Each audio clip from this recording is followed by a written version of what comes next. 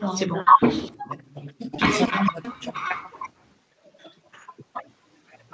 Alors, on va commencer le webinaire. Je vais vous demander de veiller à couper le micro, s'il vous plaît. Il y a de l'écho. Hein.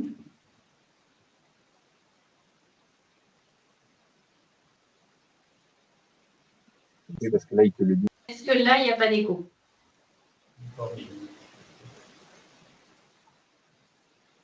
Et donc, pour votre information, on a lancé l'enregistrement. C'est l'ARS. J'ai deux sites. Ouais, non.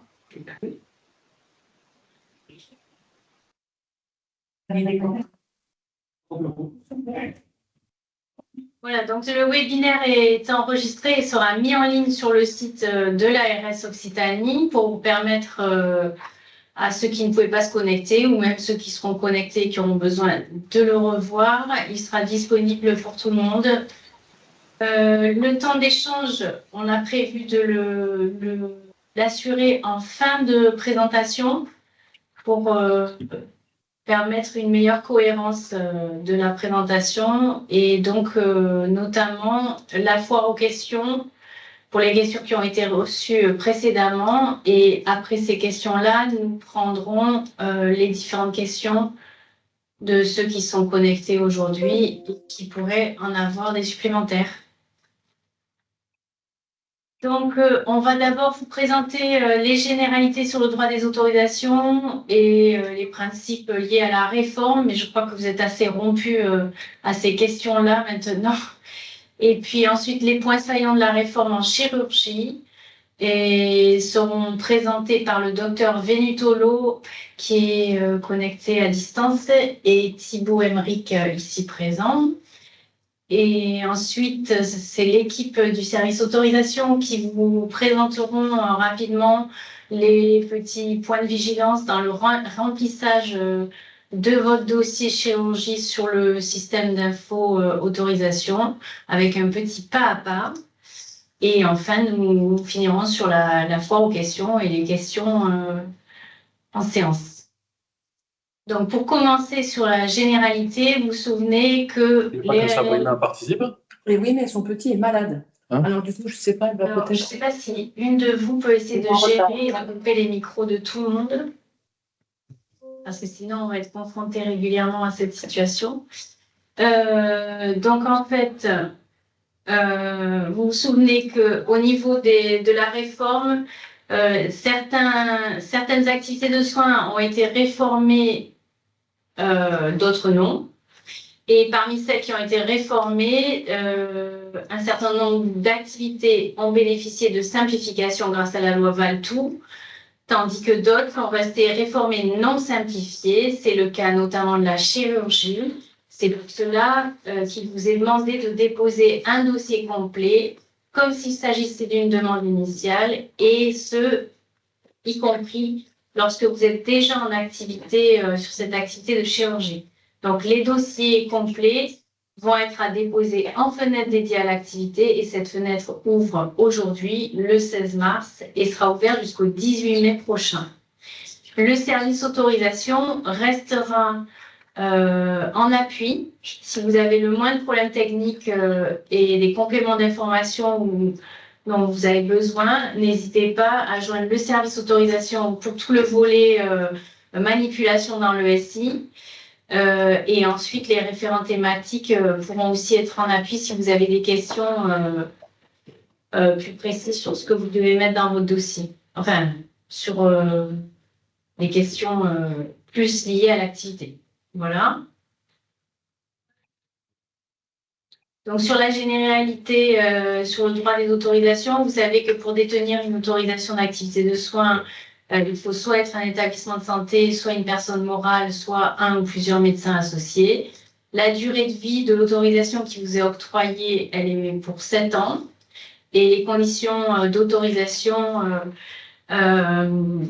qui sont appliquées à l'activité, il faut que le projet que vous présentez réponde aux besoins de santé de la population pour le territoire de santé sur lequel va se situer l'offre.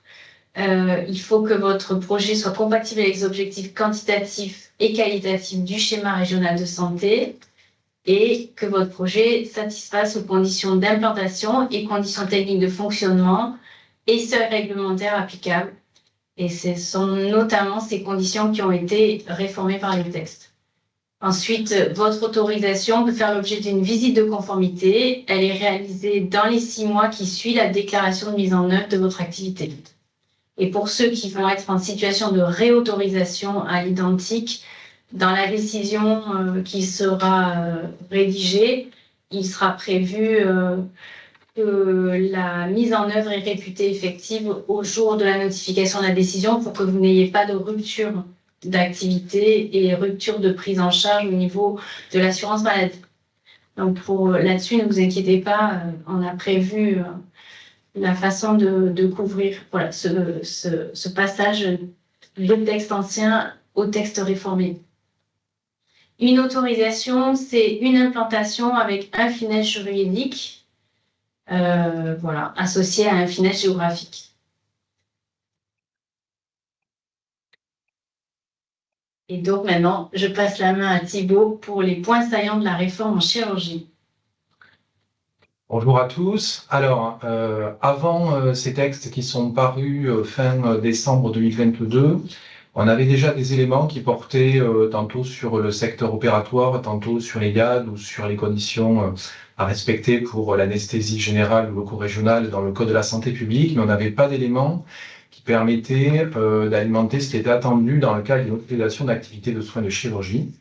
Donc les 2 et finalement 3 décrets donc, du 29 décembre 2022 et du 6 juin 2025 apportent ces éléments-là sous la forme de conditions techniques de fonctionnement et de conditions d'implantation.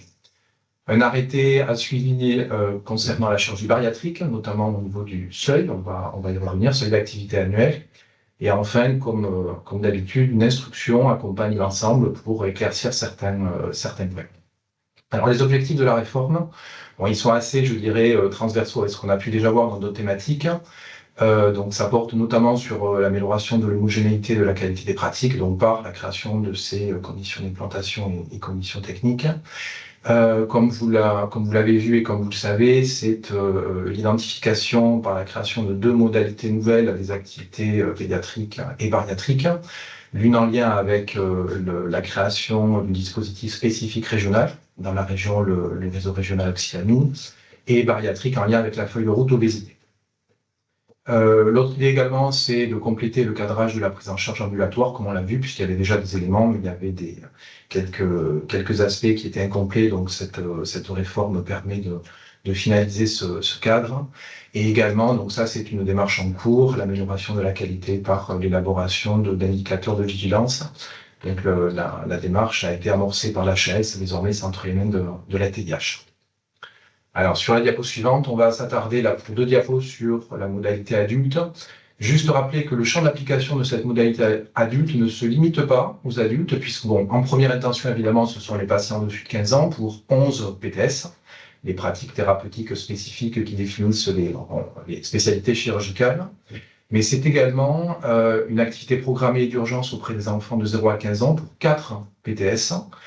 Par exemple ophtalmo, donc on y reviendra, et on a fait le choix pour que ce soit plus clair de parler de dérogation de type 1 à la modalité adulte, et également l'activité d'urgence auprès des enfants de 3 à 15 ans pour 4 autres PTS, ortho par exemple. Et là, on s'est proposé de l'appeler dérogation de type 2. L'idée aussi, c'est que l'autorisation de chirurgie modalité adulte englobe prise en charge ambulatoire et prise en charge en hospice complète.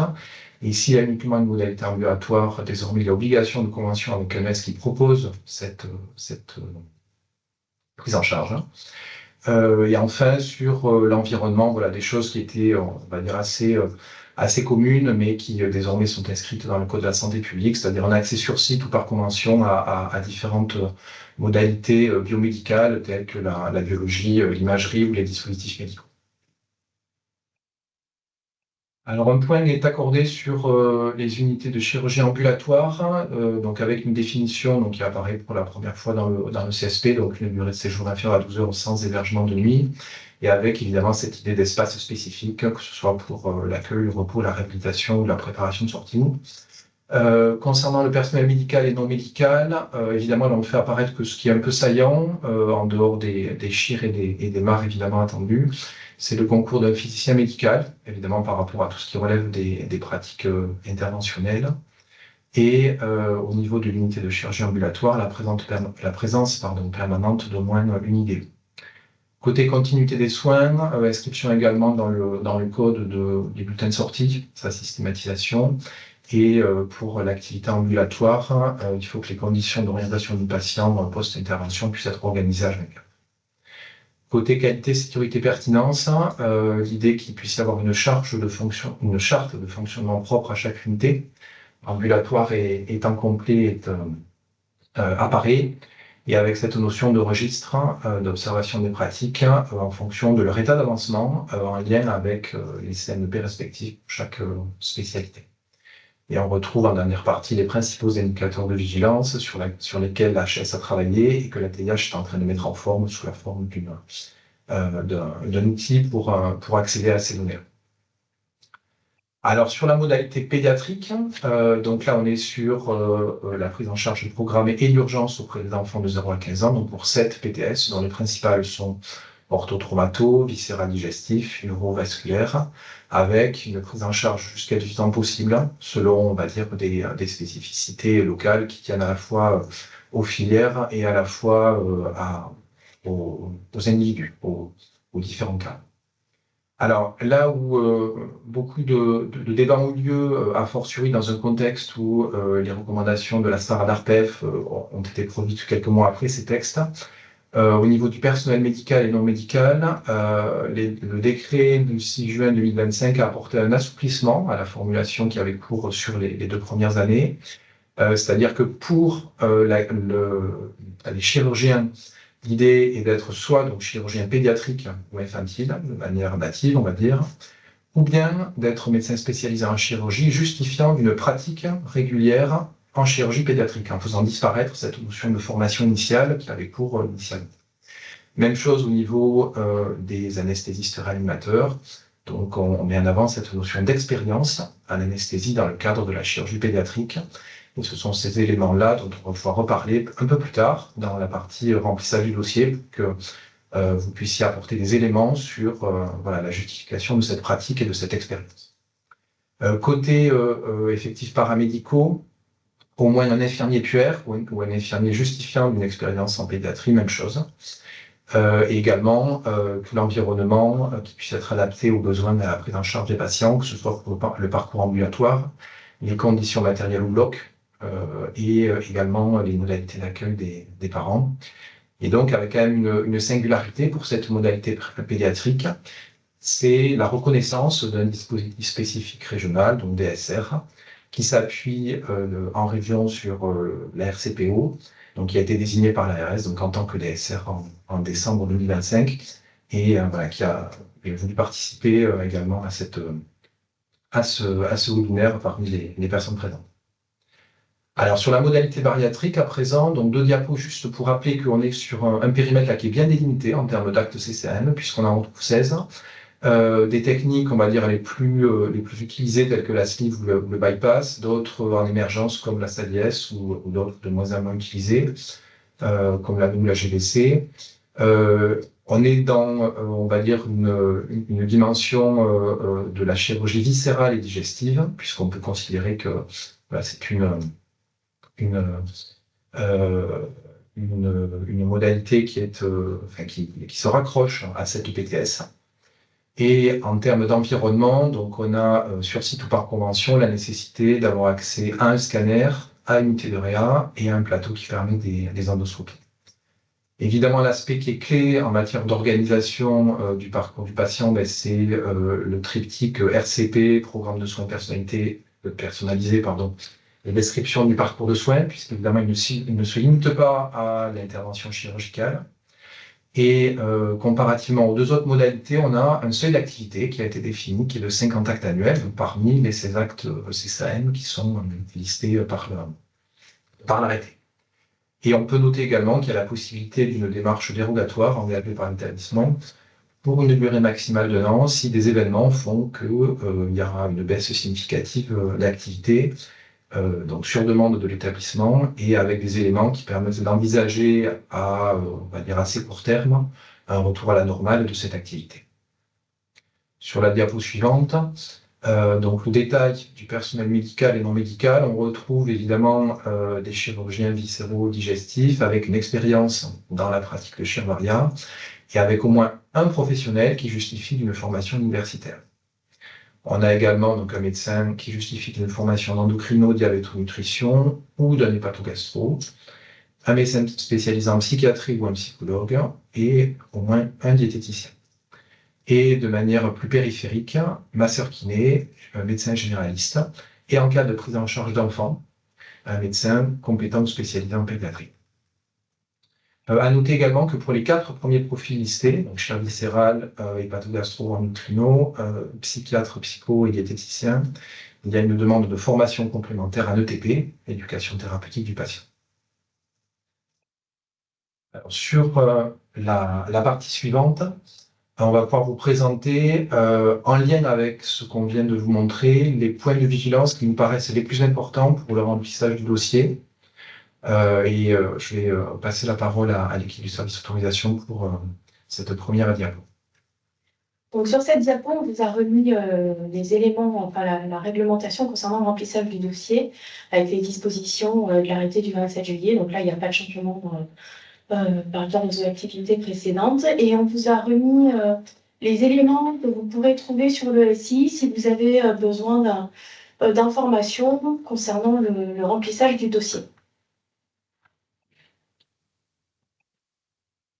Alors, pour rappel, puisque la dernière fenêtre finalement date d'il y a quelques mois, les différentes composantes du dossier, donc un dossier c'est composé, on va dire, de 4 grands groupes de documents. Le premier, évidemment, c'est le dossier stricto sensu, donc qui est commun à toutes les activités.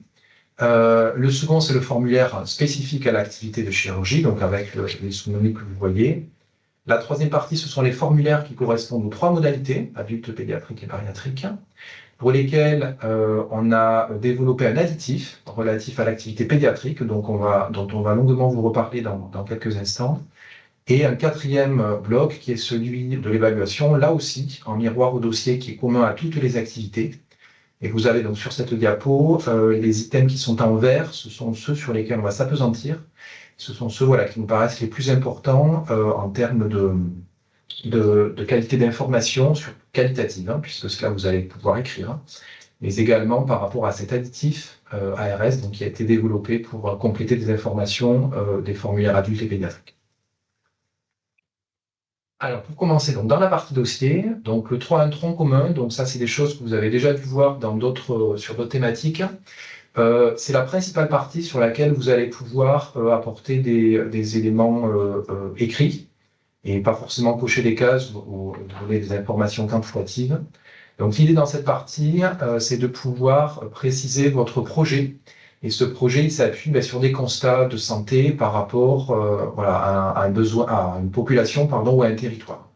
Donc c'est l'idée de justifier le besoin de santé que vous connaissez évidemment en tant qu'établissement qui avait une activité de chirurgie de longue date. Donc la population, les données démographiques, socio-économiques et les principales problématiques de santé qui se reflètent à travers notre activité. Territoire, notamment par rapport à ces singularités géographiques, zones de montagne par exemple, ou zones urbaines très denses, et avec les perspectives d'évolution, est-ce que c'est un territoire qui a vocation à accueillir personnes dans les 5-10 années qui viennent pas? Et donc de ça débouche un besoin de soins en s'appuyant sur l'activité récente réalisée par l'établissement et la perspective que vous en avez. Et sur cette base-là, l'idée est que vous puissiez exposer le projet médical, ces axes de développement tels qu'ils ont pu être développés par vos différentes instances, avec notamment des aspects relatifs à la permanence des soins, si tel est le cas, les recrutements, les techniques innovantes, vous pensez à la robotisation, à l'IA. Il y a d'autres idées aussi. Et en lien avec l'offre que vous connaissez sur le territoire, en lien avec les différents acteurs. Et avec également des aspects qui peuvent être abordés sur les bénéfices attendus pour le parcours patient, et plus largement sur ce que vous en attendez en matière d'amélioration de la qualité ou de la pertinence des soins. On peut penser à la RAC, par exemple. Et dans cette partie-là, ce qu'on a pu constater, c'est que bien souvent, là où la matière était la plus complète, c'était quand on percevait une co-rédaction entre le personnel administratif et le personnel soignant. Puisque voilà, chacun peut apporter des éléments qu'il possède de lui. Et bien souvent, c'est cette matière-là qui permet de bien comprendre d'où part l'établissement et quel est son projet pour les 7 années à venir, pour sa demande d'autorisation. Alors sur la suivante, toujours dans la partie dossier, tableau des effectifs et dépôt de pièces jointes. Alors là, c'est on va dire un cran en dessous, juste pour rappeler que dans la partie effectifs paramédicaux, on souhaiterait que vous puissiez indiquer dans la rubrique autres personnels les effectifs de cadre de santé, puisque stricto sensu, il n'y a pas cette information-là. On trouve évidemment une rubrique pour renseigner les informations sur les CHIR, sur les MAR, sur les infirmiers, mais pas sur les cadres de santé. Évidemment, c'est une information qui est importante pour l'organisation d'équipe. Idem pour les secrétaires médicales. Et donc dans la deuxième partie de la diapo, concernant le dépôt de pièces jointes propres à la modalité mention, donc dans cette partie dossier, l'idée est que vous puissiez, dans la partie environnement et locaux, inclure le plan de masse, donc à l'échelle d'un étage tout entier ou d'un bâtiment, et le plan du service, puisqu'évidemment, quand il est question du CA, donc l'unité de chirurgie ambulatoire et de lit, ben, ça peut être évidemment éclaté sur différents endroits, différents secteurs du bâtiment. Évidemment, c'est en lien avec le projet décrit plus haut, et ça nous permet de comprendre comment fonctionne le service au quotidien et quels peuvent être les flux. Et enfin, dans notre document, les diplômes voilà, qui sont demandés pour les médecins et également pour d'autres professionnels si vous le souhaitez. Alors, le formulaire adulte. Alors, comme son nom ne l'indique pas, vous allez trouver une demande de renseignement concernant la prise en charge des enfants. Donc, c'est là où commencent les aspects un peu plus subtils sur les formulaires adultes et pédiatriques, puisqu'il vous sera demandé de compléter si vous souhaitez prendre en charge des enfants donc pour les 4 PTS que sont maxillofacial, stomato-chirurale, plastique reconstructrice, ophtalmo, ORL et cervico-facial. Alors, ce qu'on a constaté, évidemment, c'est que pour l'essentiel d'entre vous, c'est une activité infantile qui a lieu, en plus de l'activité adulte. Donc, vraisemblablement, on s'avance que la majorité d'entre vous répondent oui à cet item-là. Et donc, ça, c'est ce qu'on a fait le choix d'appeler à la dérogation de type 1. Donc, à dérogation à la modalité adulte. Donc, en se conformant à la formulation des textes. Alors, pourquoi c'est important de cocher et pourquoi il y a une suite à ces cochages? Parce que dans le Code de la santé publique, dans ces nouvelles dispositions, il est indiqué que l'accueil d'enfants pour ces 4 PTS, qui ne sont pas spécifiques à la pédiatrie, donc cette réalisation de ces PTS doit s'accompagner du respect de dispositions spécifiques, à la fois au bloc, en tout cas sur les modalités matérielles, donc c'est l'adaptation à la population pédiatrique par rapport au bloc, par rapport aux dispositifs médicaux et aux produits de santé, mais également pour la prise en charge. On retrouve cette notion d'accueil de locaux adaptés et avec cette distinction de celle des adultes. Et donc, comme vous le voyez, puisque ce formulaire adulte se limite à ça, il n'y a pas d'élément dans lequel vous pouvez préciser la manière dont l'établissement répond à ces dispositions spécifiques. Et c'est là qu'intervient l'additif ARS au dossier de demande qui va vous permettre, via un champ texte dédié, de pouvoir renseigner ces informations. Alors, sur la diapo suivante, donc on va consacrer 5 slides spécifiquement sur cet additif ARS pédiatrie pour que vous compreniez bien quel en est le rôle. Donc, c'est un additif qui est à joindre à la demande pour une demande donc, de dérogation de type 1, de type 2 qu'on va voir tout de suite, ou d'autorisation pédiatrique. Ça complète les informations du formulaire pédiatrique, qu'on ne va pas détailler là, mais qui se basent essentiellement sur des cases à cocher. Et l'idée, c'est qu'il n'y ait pas de doublon. C'est-à-dire que les informations de l'additif ne sont pas jumelées, ou en tout cas ne sont pas à ressaisir dans le dossier de demande sur récit d'autorisation. Et ce contenu a été préparé en lien avec le DSR de chirurgie pédiatrique.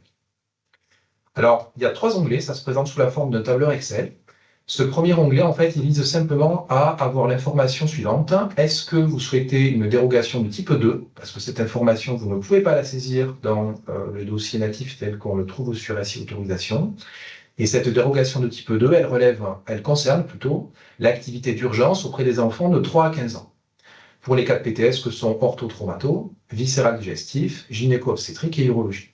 Donc c'est là où vous pourrez remplir si vous souhaitez demander cette dérogation, toujours à la modalité adulte. Et troisième, on va dire le plus avancé, c'est la demande d'autorisation en modalité pédiatrique proprement dite, pour l'activité programmée urgente pour les 7 PTS identifiés dans le Code de la santé publique, orthotraumato, viscéral digestif, gynéco-obs, urologie, thoracique, vasculaire et neurochirurgie moelle épinière. Donc c'est sur cet onglet-là que vous pourrez sélectionner les PTS pour lesquels vous souhaitez demander soit la dérogation de type 2, soit l'autorisation de chirurgie pédiatrique. Alors, il y a 2 autres onglets. On va voir l'onglet P. Celui-là, il concerne la prise en charge pédiatrique.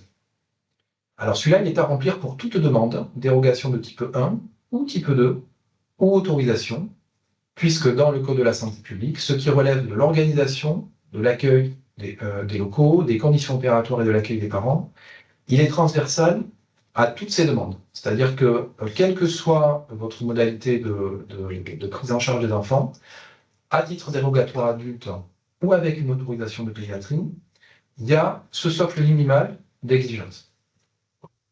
Donc c'est pour ça que cet onglet B doit être rempli par tout établissement qui souhaite accueillir des enfants.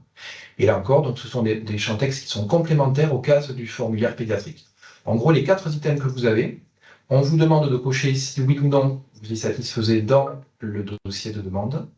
Et en fait, ces 4 items vous permettent, via un champ texte, de pouvoir expliciter de quelle manière vous pouvez répondre à ces critères. En fait, c'est le champ texte complémentaire aux cases à cocher du formulaire pédiatrique. Sur la diapo suivante, l'onglet C, donc, qui lui va se centrer sur l'expérience pédiatrique de l'équipe. Alors ça ne concerne que la dérogation de type 2, c'est-à-dire la prise en charge urgente des 3-15 ans, et l'autorisation pédiatrique, évidemment. Et donc là, conformément au CSP à nouveau, on retrouve les 4 profils de professionnels pour lesquels la justification de l'expérience pédiatrique est demandée. Chirurgien, MAR, IDE-puère, ou IDE tout court, qui a une formation particulière, ou une expérience plutôt particulière, en prise en charge pédiatrique. Et pour attester de cette expérience, les documents sont libres, donc ça peut être ce que vous voulez comme matière. Par contre, pour l'IDE-puère, là c'est le diplôme qui est demandé, donc le diplôme complémentaire au DE, évidemment, classique. Donc en résumé, l'additif ARS pédiatrie, il vous concerne, donc son remplissage vous concerne si vous prenez en charge des enfants par dérogation adulte de type 1, ophtalmo, maxillofacial, etc., de type 2, 3-15 ans en urgence, ou via l'autorisation pédiatrique. Alors c'est un document que vous allez trouver sur le site internet de l'agence à partir de mercredi, et vous allez pouvoir ensuite, une fois ce fichier complété, le déposer sur RSI autorisation dans la partie dossier, tronc commun, document spécifique à l'activité. Donc je m'y attarde pas forcément plus que ça, puisque ça, quand vous serez dans le feu de l'action, vous pourrez vous référer au diaporama qui sera également mis en ligne sur le site pour que vous puissiez voir exactement l'endroit sur lequel on souhaiterait que vous puissiez le placer. Et sur la diapo suivante, vous allez pouvoir trouver l'emplacement des pièces complémentaires, donc notamment les pièces qui vous permettent de préciser l'expérience pédiatrique des professionnels. Donc, même chose, là ce sera dans un autre endroit du dossier, dans la partie dépôt de pièces jointes propre à la modalité, dans notre document. Voilà, ça c'est pour l'additif. Et enfin, dans la dernière partie évaluation, donc on attire votre attention sur les champs B et C. Alors, vous avez en encadré le libellé de ces 2 champs, donc les indications supplémentaires pour donc l'évaluation, enfin le suivi et l'évaluation de l'activité. L'article R 6122-24, il fait référence à des indicateurs, aux indicateurs de vigilance qu'on a vu tout à l'heure, qui sont en train d'être finalisés, mais qui ne sont pas complètement finalisés. Donc, comme pour d'autres thématiques précédemment, l'idée c'est que ces champs B et C ne soient pas à remplir. En revanche, si vous êtes limité en termes de volume concernant le champ A, c'est-à-dire les objectifs d'évaluation que vous donnez et les indicateurs qui en découlent, vous pouvez utiliser les champs B et C pour compléter la description de votre démarche qualité. Et en accordant peut-être un peu plus d'attention à 3 aspects, tout ce qui relève de la culture qualité, de ce que vous mettez en œuvre au fil de l'eau au sein de l'établissement, la politique qualité, est-ce qu'il y a des personnes référentes, l'investissement de l'équipe dans différentes spécialités au niveau de la RAC, cartographie des risques, etc. Un aspect sur la radioprotection lors des actes interventionnels, ça c'est un lien avec le suivi qu'on mène conjointement avec la SNR sur cette activité-là, sur l'activité de radiologie proprement dite, mais aussi celle qui est interventionnelle et qui peut être réalisée par d'autres professionnels hors radiologues. Et également les aspects évidemment relatifs à la gestion et à l'analyse des événements indésirables.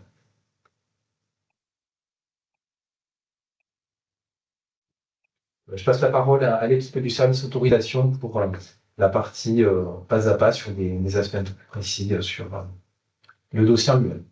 Alors, pour la partie pas à pas, on a opté pour une version un peu simplifiée, étant donné que vous avez eu tout au long des 2 dernières années un descriptif très détaillé du SI et de la façon comment l'utiliser pour déposer votre dossier. Donc, on a sélectionné quelques slides qui nous semblaient vraiment importantes et intéressantes. Par contre, sur le document final qui sera déposé sur le site de l'ARS, vous verrez que vous aurez le détail pas à pas, du début à la fin, comme on a pu vous le présenter précédemment. Alors, excusez-moi, j'ai l'impression que ça c'est plus visible.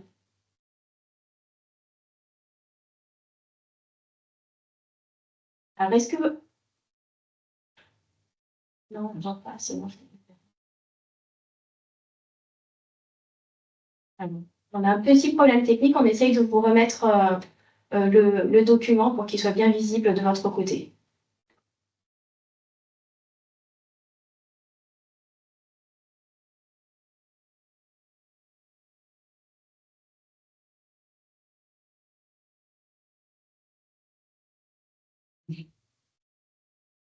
C'est bon.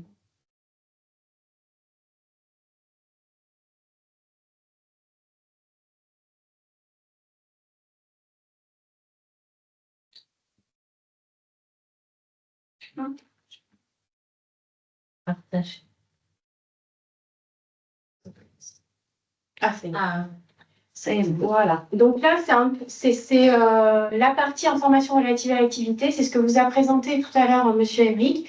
C'est pour vous rappeler à quel niveau il faudra décrire la justification de la demande. Donc vous avez le détail et on a pensé aussi vous remettre cette slide parce qu'il est intéressant de vous rappeler où déposer certains éléments réglementaires obligatoires, notamment le COSTRA. Et les conventions requises pour l'activité ou les lettres d'engagement.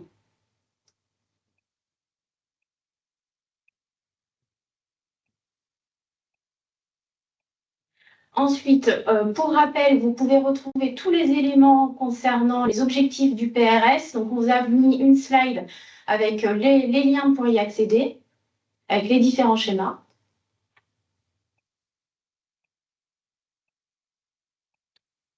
On vous a laissé la slide aussi concernant les éléments financiers pour que vous puissiez bien visualiser où les déposer. Et un exemple de présentation que vous pouvez formaliser pour nous transmettre les éléments relatifs au financier.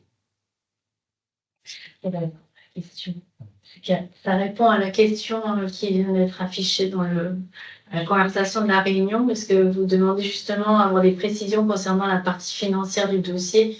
Donc, c'est pour cette raison qu'on a mis un exemple de compte, de budget prévisionnel. Ça vous permet de voir le niveau d'information que l'on attend et pour vous permettre de ne pas faire ni trop ni pas assez, on va dire. Ça vous donne une idée de ce qui est attendu. Ensuite, on vous a précisé les éléments sur le capacitaire. Sur les demandes précédentes, ça n'avait pas été ajouté OSI, c'est une nouveauté. Donc, vous pouvez désormais renseigner les capacitaires relatifs à votre activité.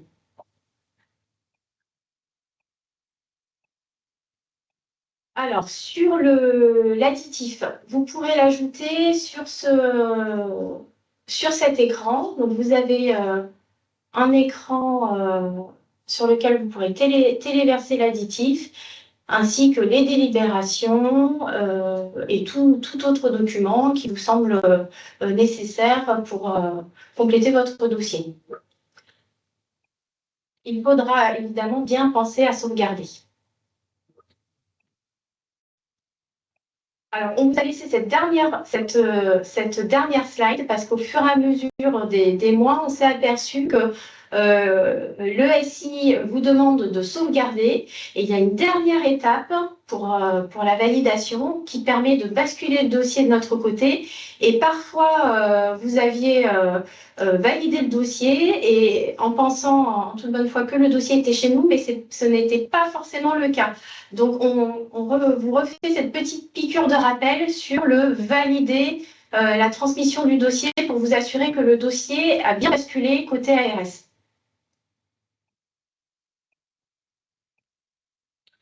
Voilà. Je donne la main, Thibaut, pour les questions.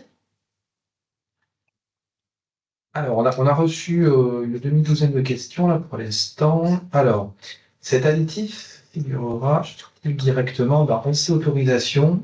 Alors, la réponse est non. Il sera disponible sur... Ah, d'accord. Si. On va vous le déposer aussi sur le SI. Parce qu'il y a une rubrique avec des documents sur lesquels... Alors, sur le SI, vous avez les documents nationaux et vous avez aussi une autre partie avec un accès aux documents propres à notre ARS. Donc, on vous déposera l'additif sur le SI et on vous mettra le lien aussi sur le support pour que vous puissiez avoir un lien hypertexte pour récupérer le document directement. Alors, question suivante. Pouvez-vous nous mettre le webinaire dans le chat en fin de réunion? Je pense qu'il sera davantage... il est prévu qu'on le mette à disposition sur le site de l'ARS, comme on a fait après chaque webinaire. Donc, je pense qu'on va rester sur ce mode opératoire. Celui-là, je peux vous le garantir. Vous avez, quand vous arrivez sur la première page du site de l'ARS, il y a depuis 1 an une petite, un petit accès direct autorisation sanitaire et réforme. Et depuis ce lien-là, vous arrivez sur les pages dédiées aux activités de soins, aux autorisations et à la réforme. Et donc, dans cet espace-là, vous avez à chaque fois le webinaire, les webinaires précédents et donc celui-là qui sera versé d'ici, on va dire, maximum 48 heures, quoi.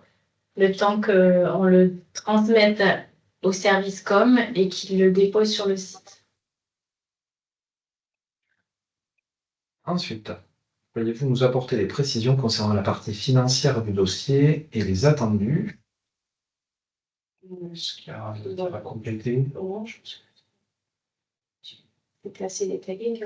Oui, c'est là où je disais que ce que tu venais de dire, ça répondait à cette question. Que signifie date capacitaire déclarée sur le nouveau volet capacitaire?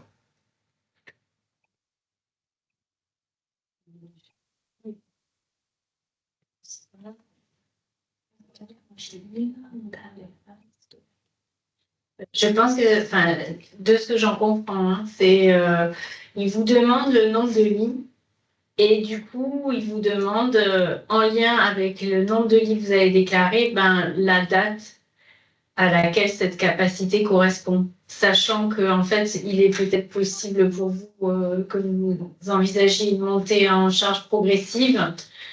Donc, si vous indiquez la capacité une fois la montée en charge définitive, peut-être que vous envisagez cette capacité totale qu'à compter de, je sais pas, 2027 ou quoi. Ce qui est intéressant, c'est que vous avez toujours une partie commentaire Donc, ça vous permet systématiquement de faire une présentation cohérente et ensuite, dans le commentaire, expliquer à votre lecteur, typiquement là, sur la question de la capacité, vous allez pouvoir dans le commentaire dire nous visons à l'issue 20 lits, mais en fait, cette capacité, il faut la visualiser avec 15 lits en 2026 et les 5 supplémentaires qu'à partir de premier semestre 2027.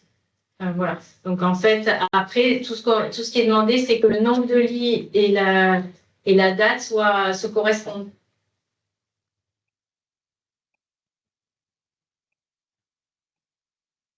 Ensuite, pour la partie financière, faut-il distinguer la chaire adulte, la bariatrique et la pédiatrie, comme cela nous avait été demandé pour la cancéro? Ça, c'est selon ce qui vous est utile, en fait, de visualiser.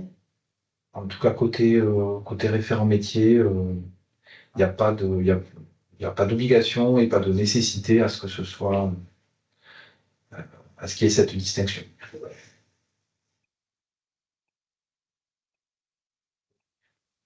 Sera-t-il obligatoire de remplir le capacitaire? Alors justement, la capacité ne fait pas partie des éléments qui sont obligatoires et imposés par les textes.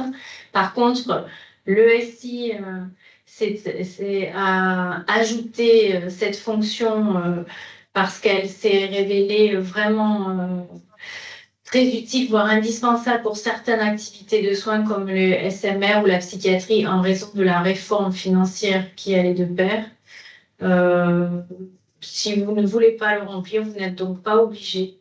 Maintenant, c'est dans le cadre de, on va dire, une communication fluide entre les établissements et l'ARS. Et c'est toujours utile, en fait, au final. Je n'ai pas saisi à quel endroit déposer l'additif une fois complété.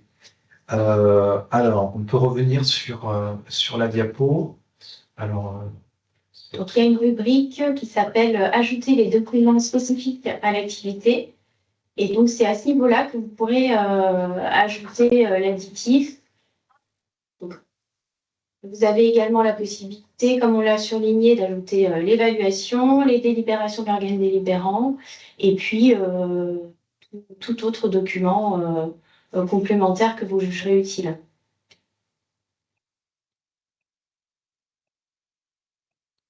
sera-t-il rapidement mis sur le site de l'ARS? Donc, lorsqu'on a répondu à la question, on a dit que ce sera sous 48 heures. C'est vrai que pour dire, sachant que là, la fenêtre vient d'ouvrir, dès que la vidéo est disponible sur mon ordinateur, je vais la transférer au service communication en leur disant que c'est urgent. Mais je pense que maximum dans 48 heures, ça sera sur le site.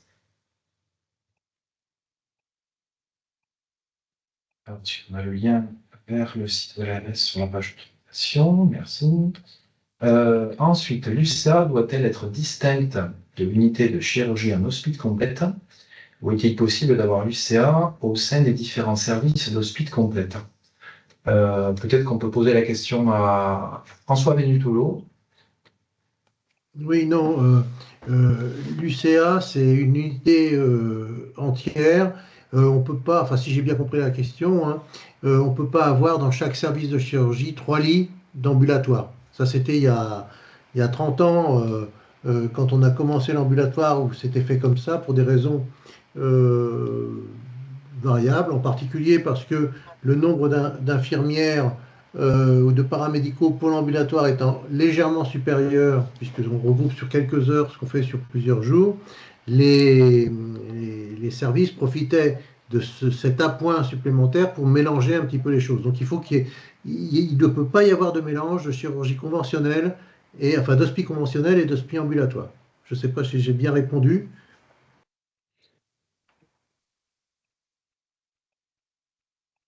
Ça paraît clair. On verra s'il y a d'autres réactions au niveau du chat ou après dans la dernière partie. Merci. Alors ensuite, pourriez-vous préciser ce qui est attendu dans la justification de la pratique thérapeutique? Ça, c'est le tout début du dossier quand il s'agit de...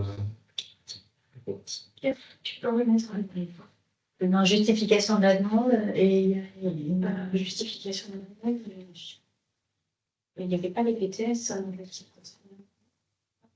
Et sur les BTS, plutôt la question, non? Alors, il faut qu'on va plus précisément l'intituler. Alors, ce qu'on peut dire à ce stade, c'est qu'en effet, il y a justification de la demande. Ça, c'est au début du dossier. Et donc là, on est sur plutôt donc, la description du besoin de santé et du projet médical qui est proposé. Et ensuite, les PTS, les pratiques thérapeutiques spécifiques. Pour la modalité adulte, il est demandé dans le dossier de demande de cocher celle que vous souhaitez, en prise en charge ambulatoire et en hospice complète. Et ensuite, pour, comme on l'a vu, la dérogation adulte de type 1, donc c'est à cocher dans le formulaire adulte, et les PTS pour la dérogation de type 2 et l'autorisation pédiatrique sont à cocher pour dire voilà, si l'établissement souhaite les réaliser dans l'additif RS. Je ne sais pas si ça répond bien à la question, on va le voir par rapport aux réactions du chat et ensuite par rapport à vos questions orales. Nous avons récemment soumis le dossier de neurochir qui inclut déjà la chirurgie des nerfs périphériques. Faut-il malgré tout répondre séparément à la demande spécifique sur les nerfs périphériques ou pouvons-nous simplement intégrer cette section dans notre dossier existant? Alors ça, c'est une question qui va nécessiter peut-être des échanges un peu en dehors du webinaire pour savoir quel est le périmètre de l'activité. Parce qu'en effet, selon le profil d'activité, selon les actes CCM, soit c'est côté autorisation neurochir, soit c'est côté autorisation chirurgie. Donc ce qu'on peut vous proposer, c'est de reprendre contact avec vous à l'issue du webinaire pour voilà, traiter cette question spécifiquement avec vous. Ensuite, lorsqu'un établissement dispose d'une autorisation pour une spécialité, par exemple ORL, mais ne compte pas actuellement de praticien dans cette spécialité, faut-il tout de même cocher la spécialité au niveau du dossier si l'établissement est en recherche du praticien? Est-ce qu'on a la possibilité de noter les ETP, pardon. On a la possibilité de noter dans le dossier si les ETP sont pourvus ou pas. Donc, vous pouvez effectivement le noter et après préciser que l'ETP, enfin, vous êtes en recherche et mettre 0 sur les ETP. Alors ensuite, vous avez le lien vers la page réforme des opérations du site. Quels sont les critères permettant de justifier une pratique régulière d'un PHQR en pédiatrie? Alors, en fait, on ne définit pas de critères a priori. Ça peut être des éléments qui présentent l'activité pédiatrique du professionnel, ça peut être une formation complémentaire. On n'est pas limitant, ça dépend vraiment du profil de la personne et de ce que vous souhaitez faire apparaître. Selon les cas, si au niveau de l'ARS, au niveau de l'instruction, par rapport aux éléments qu'on a reçus, on se pose encore des questions. C'est à ce moment-là qu'on sollicitera le DSR, puisque c'est la structure experte sur cette modalité-là, pour qu'elle puisse nous donner son avis. François Benitolo souhaite compléter la réponse. Oui, je veux bien dire un petit mot. Je crois que ce qu'il faut considérer, c'est une question de bon sens, parce que il y a déjà l'activité chirurgicale et l'activité anesthésique. Donc les deux ne sont pas forcément toujours au même niveau. Ensuite, il y a l'âge des enfants et enfin, il y a le fait d'être pris en non programmé, soit en non programmé différable, soit en non programmé urgent. Donc l'idée, c'est que les éléments que vous pourrez nous fournir permettent de bien comprendre le mode de fonctionnement, en sachant que il n'y a pas que, enfin, on ne peut pas être dogmatique, c'est un chirurgien, un anesthésiste, une équipe et un acte chirurgical et un acte d'anesthésie. Donc, selon les moments, selon les périodes, il y a des actes qui vont être techniquement difficiles au niveau chirurgical, mais plutôt aisés au niveau anesthésique. Il y a des actes qui vont obliger les anesthésistes à prendre des risques qu'ils ne souhaitent pas prendre dans ce contexte. Donc c'est pour ça, ce qu'il faut, c'est une question de bon sens. Quant au nombre, le nombre à terme, si on se remet dans le contexte, c'est à peu près une journée, une demi-journée par semaine, donc pour les anesthésistes, ça fait à peu près 150 malades par an, mais s'il n'y en a que 50 ou 60 sur un même acte chirurgical avec la même équipe, voilà, ça peut monter en charge progressivement. C'est pas un jour on est bon et le lendemain on ne sait plus faire. Donc l'idée, c'est pas de détruire ou de compliquer ce qui est déjà en place et qui fonctionne bien, mais voilà, mais c'est d'avoir un éclairage le plus simple possible pour pouvoir prendre des décisions dans les meilleures conditions.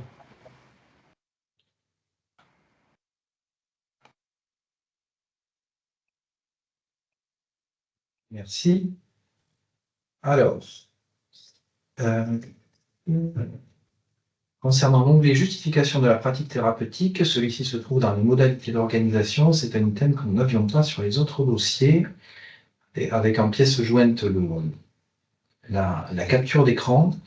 Donc on est en train de regarder pour voir comment ça se présente. Il semblerait que ce soit dans la première partie du dossier. Alors, on met la question d'attente pour l'instant. Alors, sur la suivante, pour confirmation, la chirurgie gynécologique est-elle bien concernée par cette autorisation? Oui, tout à fait, c'est l'une des 11 PTS. Et donc, c'est bien la chirurgie gynéco hors traitement du cancer. Et question nouvelle à l'instant, sachant que nous avons déposé un dossier d'autorisation pour la neurochirurgie pédiatrique pour le module SI dérogatoire, devons-nous faire une nouvelle demande? Alors, j'aurais tendance à répondre la même chose que précédemment, concernant les intersections entre l'autorisation de neurochirurgie pédiatrique et la PTS de neurochirurgie en modalité pédiatrique. Je vous propose de vous contacter dans la deuxième partie d'après-midi pour qu'on puisse plus précisément voir quels sont les actes qui sont réalisés et en effet, voilà, si il est nécessaire que vous vous positionniez sur la PTS neurochir de l'autorisation pédiatrique.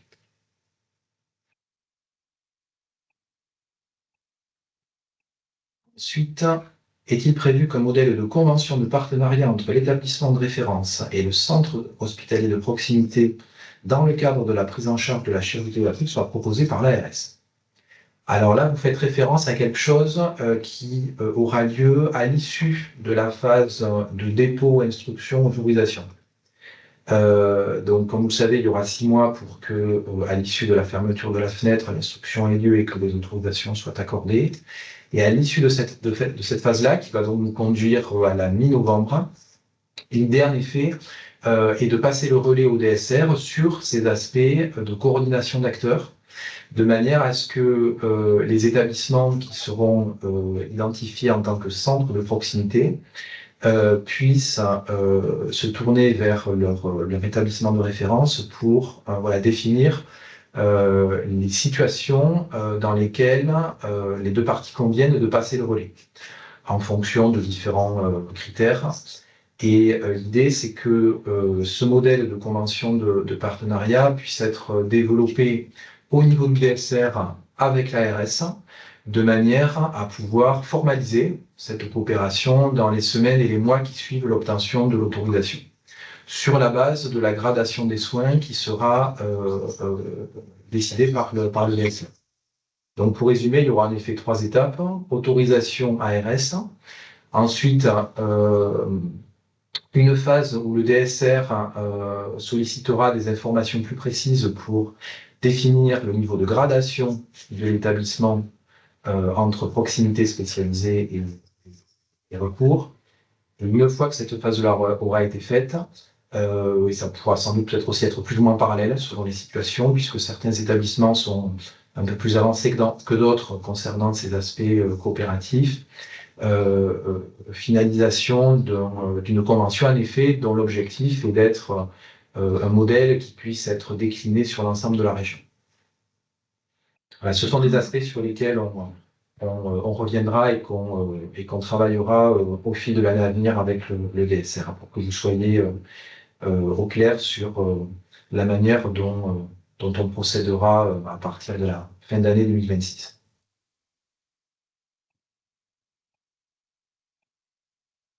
Alors, donc ensuite, on a noté, donc je suis Montpellier pour la norme Chirped, ok. Alors, dans le remplissage du nombre d'ETP, nous devons faire apparaître la distinction IDE dédié UCA, IDE dédié CHIR HTC.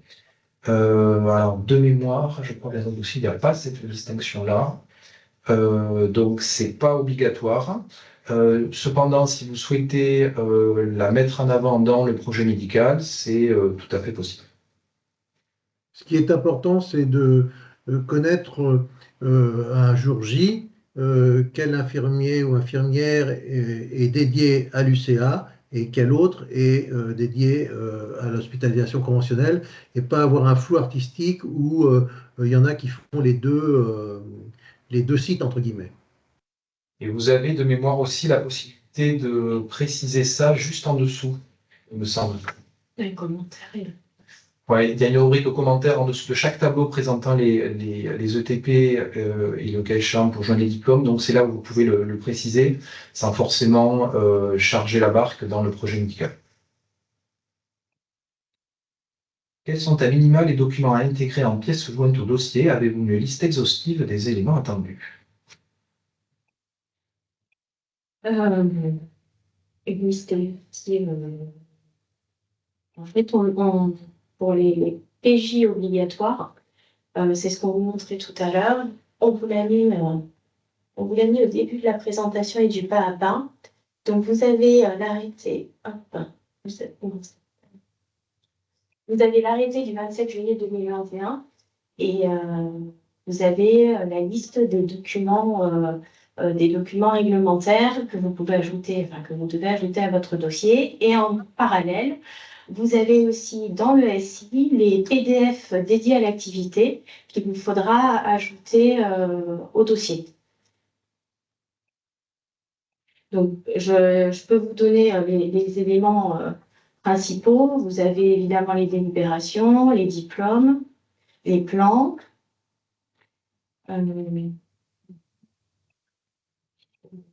Je pense que la question aussi, elle est arrivée dans le fil de conversation au moment où on parlait de la convention de partenariat entre établissements. Donc, peut-être ça rejoint la question de ce qu'on a fait sur d'autres activités de soins, où en fait, il y a une convention qui est requise, mais où clairement, on voit qu'elle va être signée finalement a posteriori et entre les établissements qui auront été autorisés. Et ce qui fait que si ça faisait partie du questionnement de la personne qui a posé la question sur la liste exhaustive, en tout cas, il est toujours possible de mettre un fichier disant s'engage à conventionner dès lors que voilà, une lettre d'engagement sur une page libre en disant je m'engage à signer une convention avec l'établissement de référence si les papiers doivent être autorisés. Donc la convention,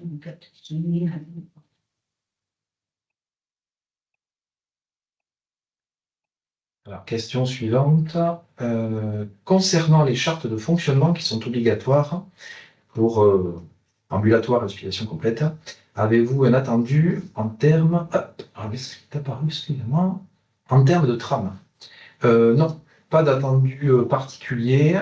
C'est à la discrétion de chaque établissement, puisqu'on peut supposer que ces chartes, elles sont déjà existantes.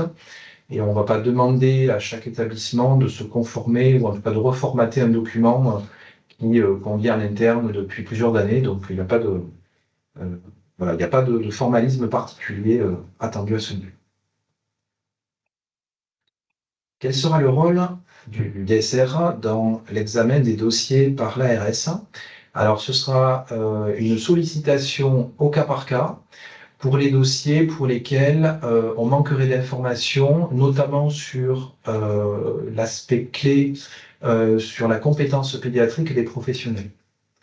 Donc on aura, alors évidemment pour l'instant on peut pas savoir quelle sera la volumétrie des dossiers concernés, il n'y en aura peut-être pas, il y en aura peut-être quelques-uns, et dans ce cas-là, voilà, le DSR sera sollicité pour avis dans le cadre de l'instruction, et ensuite voilà, ces éléments d'avis seront repris au moment de la note d'instruction.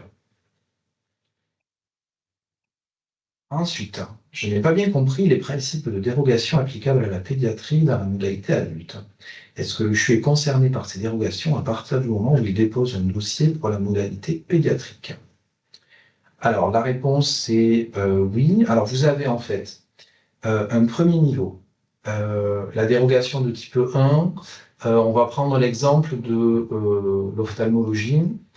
Le législateur a considéré que tout chirurgien ophtalmo avait la possibilité de prendre en charge les adultes comme des enfants, c'est-à-dire qu'il n'y a pas de formation pédiatrique spécifique du fait de l'objet d'intervention, on va dire. Et donc, cette PTS ophtalmo, si dans votre établissement, les professionnels en réalisent sur des enfants, il faut demander la dérogation de type 1.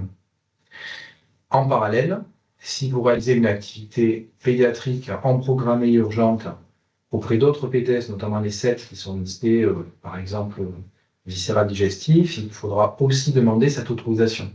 Donc, en effet, on peut très bien avoir un cas de figure, et il y en aura sans doute beaucoup, où il y a une demande d'autorisation pédiatrique pour les 7 PTS concernés, mais aussi une demande de dérogation de type 1 pour les PTS qui sont majoritairement réalisés par des adultes et pour lesquels il n'y a pas de singularité pédiatrique en matière de formation. Voilà. Pour le dire autrement, il pourrait y avoir la combinaison dérogation de type 1 plus dérogation de type 2, tout simplement parce que les PTS ne sont pas les mêmes, et combinaison dérogation de type 1 et autorisation pédiatrique. Après, bien sûr, il pourrait y avoir chacune des trois séparément. J'espère que c'est un peu plus clair comme ça. Devons-nous prévoir une charte de fonctionnement pour chaque service d'hospitalisation complète spécifiquement, ou une charte plus globale sur l'hospitalisation complète au sein de l'établissement peut-elle convenir? François, est-ce que tu veux apporter des éléments? Alors, je pense qu'il faut différencier. Alors, les chartes de fonctionnement, il y a plusieurs aspects. Il y a déjà la charte de fonctionnement des unités d'hospitalisation et, dans le cas de la chirurgie, la charte de fonctionnement du plateau technique opératoire. Les deux doivent se compléter. Parce que si on prend l'ambulatoire, par exemple, la charte de fonctionnement de l'unité, ça va être, voilà, à l'arrivée, on a un accueil, on a une hospitalisation, on appelle les parents, il y a une sortie, etc. Et puis pour le bloc opératoire, ça va être, est-ce qu'on les programme en premier dans la programmation? Est-ce qu'il y a des salles dédiées? Est-ce qu'il y a un mélange, ce qui n'est pas conseillé, ambulatoire et chirurgie conventionnelle?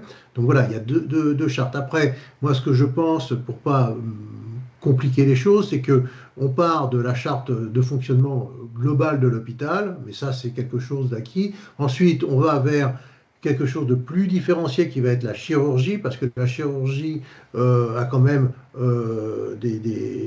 voilà, une spécificité globale générale, en particulier aussi sur les circuits des patients à partir du moment où ils arrivent au service d'accueil et d'urgence, comment ils sont vus, etc. Et enfin, on peut après rajouter un petit morceau pour chaque spécialité s'il y a des spécificités à rajouter. Voilà, mais en particulier peut-être pour la PDSES qui est sur place, qui n'est pas sur place. Et voilà, je pense que c'est un peu comme ça, moi, que je verrai les choses pour pas trop compliquer, mais quand même pour donner quelque chose de concret si on recherche comment ça doit fonctionner. Et surtout, il faut bien penser que la charte de fonctionnement, au-delà de l'écrit, c'est quelque chose qui permet d'arbitrer en cas de difficulté, quel malade on opère en premier, comment on organise les choses, etc. En même temps, pour les chartes de fonctionnement, pour les plateaux techniques opératoires et les autres unités d'hospitalisation, bah, c'est les périodes en basse période. On ferme des salles de bloc, est-ce qu'en même temps on ferme les lits? Voilà, il faut qu'il y ait une cohérence. Voilà, c'est un petit peu ce qu'on attend d'une charte de fonctionnement, y compris pour la chirurgie en cas de plan blanc. Combien on peut prendre de patients, etc. Donc c'est vraiment quelque chose qui, pour moi, doit s'intégrer complètement dans l'harmonie du fonctionnement de la chirurgie.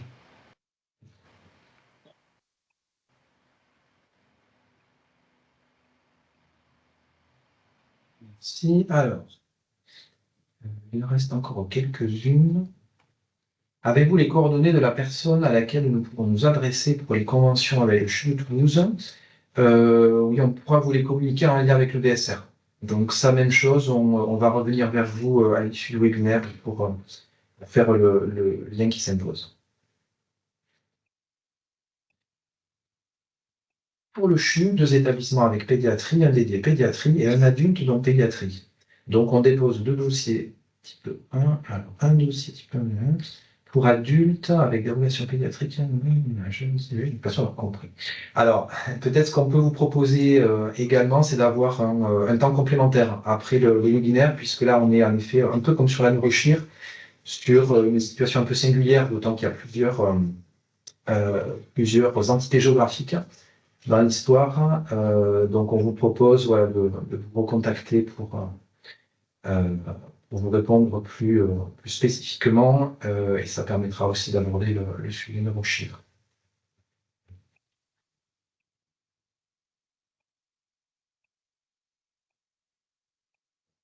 Alors, a priori, côté questions sur le chat, il semblerait qu'on ait fait le tour. Il y a une main levée. Sur Caligné. Alors, on est en train de vous redonner la parole. Oui, c'est bon. C'est bon. C'est bon? Vous m'entendez? Oui, C'était juste une précision que je voulais apporter pour la pédiatrie. On parle tout le temps des conventions avec le CHU, c'est-à-dire avec le centre de recours, mais on peut aussi envisager des conventions avec les centres de spécialité. Tout à fait. Il y aura en effet deux modèles de convention pour être tout à fait complet. L'une de centre de proximité vers centre spécialisé et l'autre de centre de proximité vers centre de recours. Exactement.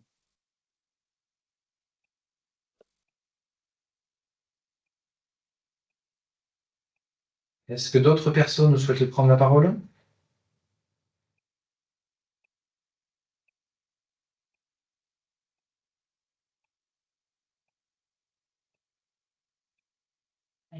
Alors, je suis la dernière diapositive. Regardez ça. Alors, il y a encore une question, je suis désolé, mais je n'ai pas bien compris la dérogation pour la pédiatrie. Pourriez-vous reprendre les slides?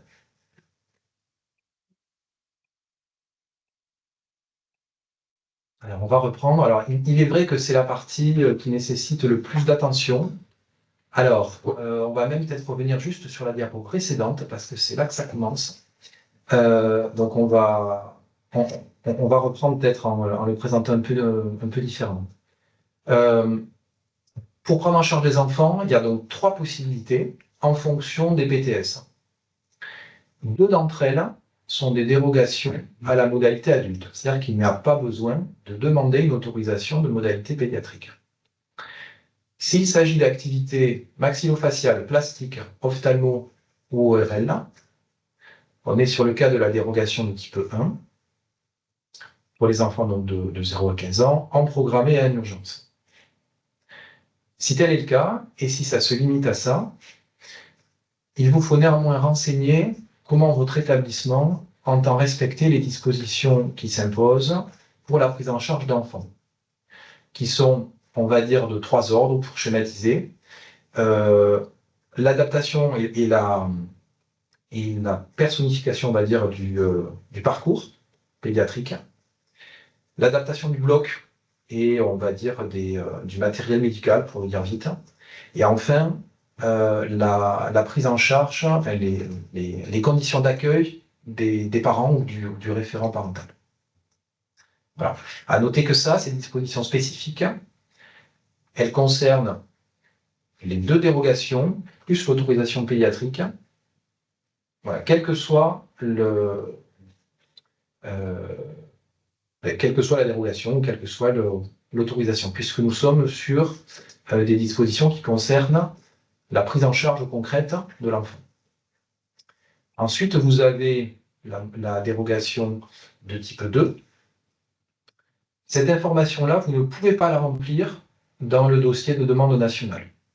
Et c'est l'une des raisons qui ont conduit à créer cet additif ARS. C'est-à-dire que vous n'avez pas, à la suite du formulaire adulte, une deuxième partie qui vous demanderait quels sont les PTS que vous souhaitez réaliser au titre de la prise en charge urgente des enfants de 0 à 3 ans.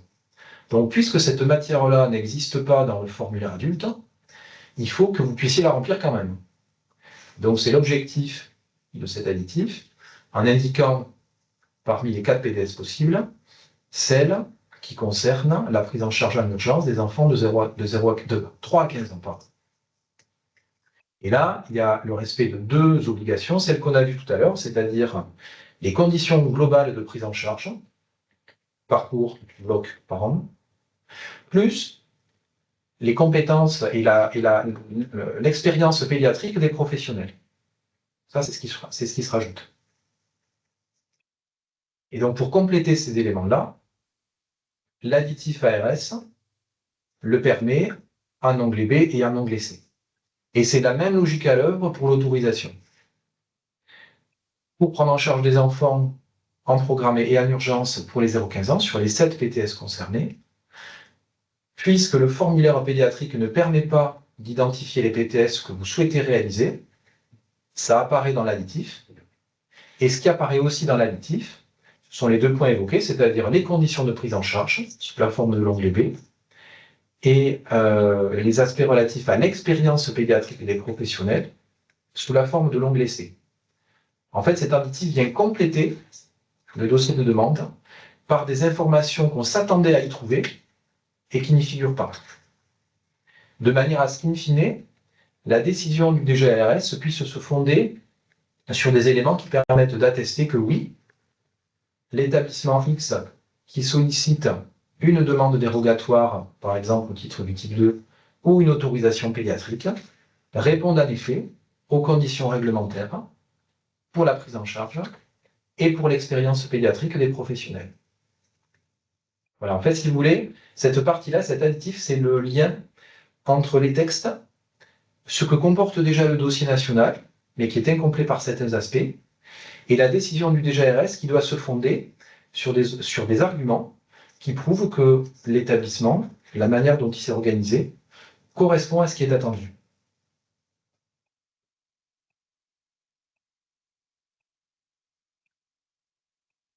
J'espère que c'est plus clair. Alors, il y a encore une question. Concernant l'autorisation pédiatrique, peut-on préciser des limites d'âge de prise en charge différentes selon les spécialités chirurgicales, afin d'adapter aux conditions de chaque équipe, ou ce genre d'éléments seront plutôt précisés dans la charte de coopération? Alors, ce sont des informations que vous pouvez indiquer au niveau du dossier ARS, mais qui ne sont pas obligatoires, en tout cas qui ne sont pas indispensables. Pourquoi? Parce qu'en effet, et comme ça a pu être évoqué, et en fait c'est ce que soulève votre question, on est dans un niveau de granulométrie qui est supérieur. C'est-à-dire que nous, ARS, ce qu'on va regarder, c'est en effet sur la totalité de la plage, les 0-15 ans ou les 3-15 ans, mais on ne va pas aller à ce niveau de détail-là, par PTS, pour savoir où se place le cut-off de prise en charge, qu'il soit chirurgical ou anesthésique. Ça, en effet, c'est plutôt du ressort du DSR, parce que c'est la structure experte qui pourra aller plus finement dans ce niveau de détail, et du coup, en déduire, d'une part, la place de l'établissement dans la gradation des soins, et d'autre part, cette finesse-là dans l'aide à la coopération et à la contractualisation. Donc la réponse est plutôt non.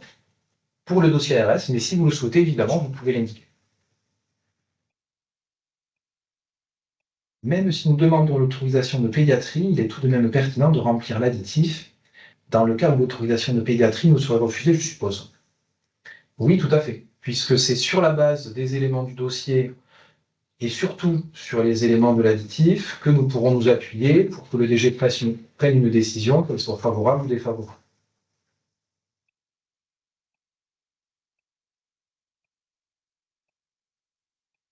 Une grande question.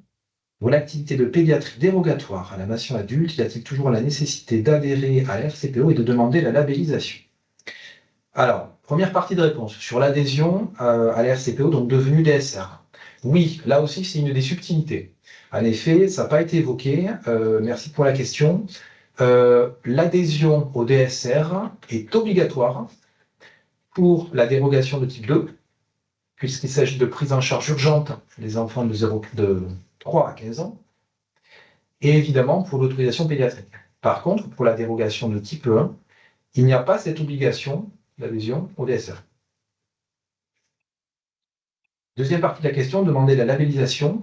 Alors là, ici, la sémantique a évolué, puisqu'on est dans l'idée plutôt que le DSR puisse se positionner sur le niveau de gradation de l'établissement en fonction des éléments complémentaires qui seront recueillis dans un second temps, mais ça, ce sera sur 2027, pour préparer le terrain de la coopération avec les structures de recours ou les structures spécialisées du territoire.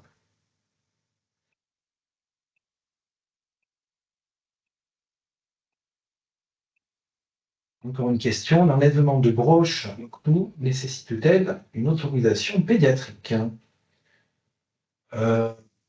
François, est-ce que tu aurais une idée sur la réponse?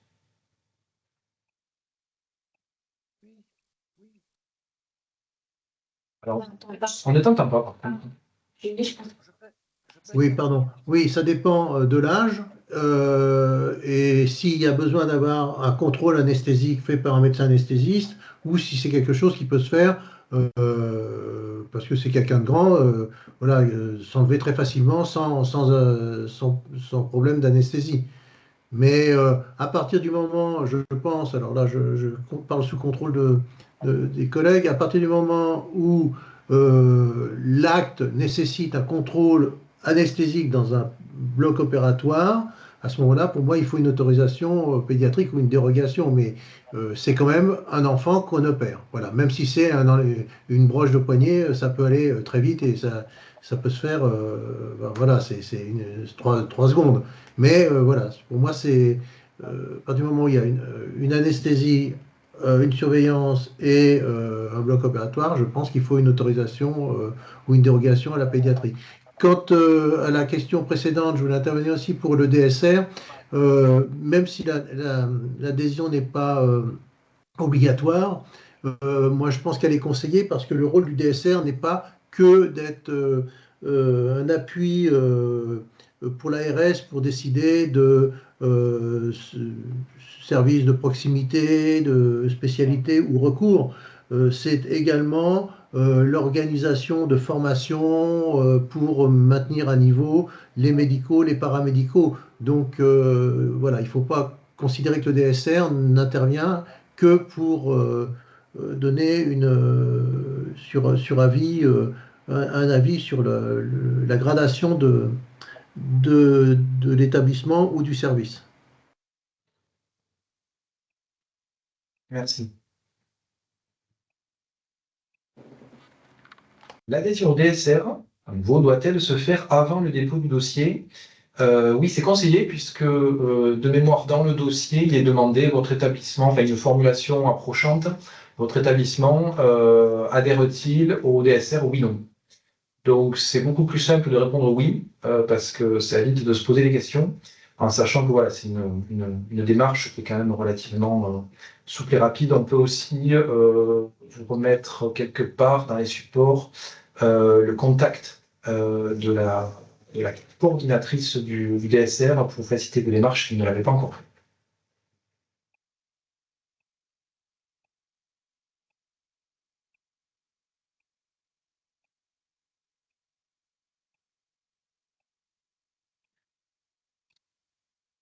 Et oui, les questions commencent à se tarir. Peut-être le professeur Gaïmier, il me semble qu'il a. Oui, mais en fait, j'avais levé la main, mais le précédent orateur a levé les questions que j'avais, enfin les réponses. Bien sûr que pour enlever des broches, il faut une dérogation de type 2. C'est une pratique pédiatrique, chirurgie pédiatrique. Il n'y a pas de petits gestes. Si c'est dans la tranche d'âge 3 ans, 15 ans, il faut une demande dérogatoire de type 2. Et ensuite, en effet, je suis tout à fait d'accord avec ce qui avait été dit, l'adhésion au DSR, elle me paraît intéressante pour les établissements, même qui bénéficient de la mesure dérogatoire de type 1, c'est-à-dire qu'il y aurait de pratiques maxillo-ophtalmo, parce qu'en effet, le DSR s'occupe de formations médicales, paramédicales, qui, à mon avis, ont beaucoup d'intérêt pour tous les centres. Alors, ce qu'on peut proposer suite à cette position, c'est que dans l'additif, on rajoute une ligne où l'établissement pourra indiquer s'il adhère au DSR, y compris pour la dérogation de type 1. Comme ça permettra voilà, de rappeler que ça reste possible, bien que non obligatoire, et avec voilà, cette dimension souhaitable, puisqu'en effet, au-delà de l'obligation réglementaire, ça peut être source d'apport et d'enrichissement mutuel, voilà, quand on est ORL prenant en charge beaucoup d'enfants, ophtalmo, etc., ça peut être des compétences, une expérience enrichissante pour le collectif.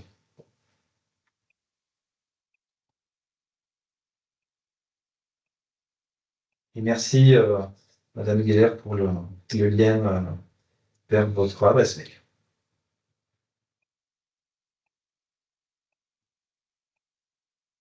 Je crois qu'on arrive au terme de ce webinaire et avec seulement 4 minutes d'avance, on vous laisse la dernière slide visible et vous l'aurez de toute façon dans le diaporama qui sera également partagé sur le site de l'ARS et dans lequel vous retrouvez les équipes. Donc, vous avez pu écouter Monsieur Emmerich et le docteur Venutolo qui sont les référents sur la thématique chirurgie.